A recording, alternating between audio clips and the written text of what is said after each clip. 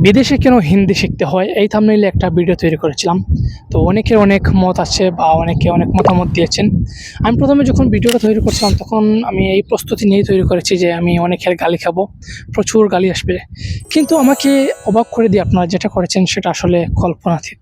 মানে সবাই এত পজিটিভ কমেন্ট করেছেন, মানে আমার সাথে একাত্মতা পোষণ করেছেন।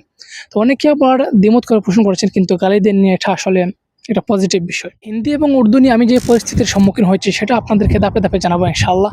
আপনারা শুনে হয়তো আশ্চর্য হবেন। তো আজকে একটা বিষয় নিয়ে আলোচনা করি। অনেকে বলেছেন যে তারা তো কোম্পানিতে কাজ করেন বা সেখানে মোদির ইন্ডিয়ান বা সেখানে হিন্দি বলতে হবে। আচ্ছা, একটা বিষয় কল্পনা করুন, আপনাকে কিন্তু নতুন করে ভাষাটা শিখতে হচ্ছে। এখন সেই মুদিরের সাথে আপনি যদি ইংরেজিতে অথবা আরবিতে কথা বলা লাগতো এবং আপনি যদি ইংরেজি অথবা আরবিটা শিখে নিতেন তাহলে কেমন হতো? খাইয়াল, আপনি যদি এখন ইংরেজি জানেন অথবা আরবি জানেন তাহলে কেমন হতো? কী ধরনের বেনিফিট পেতেন বা কেমন লাগতো আপনার? একটু কল্পনা করার চেষ্টা করুন। এখন কথা হচ্ছে, আমি কিন্তু সৌদিতে ৩ বছর থেকে আছি। এখানে আমি একটা দোকানে কাজ করি, আমার কোনো ইন্ডিয়ান মুদির নেই। এখন আমাকে কেন হিন্দি বা উর্দু শিখতে হবে আপনিই বলুন। ইন্ডিয়ান বা পাকিস্তানি অনেক কাস্টমার এসে আমাকে উপদেশ দেয় হিন্দি এবং উর্দু শেখার জন্য।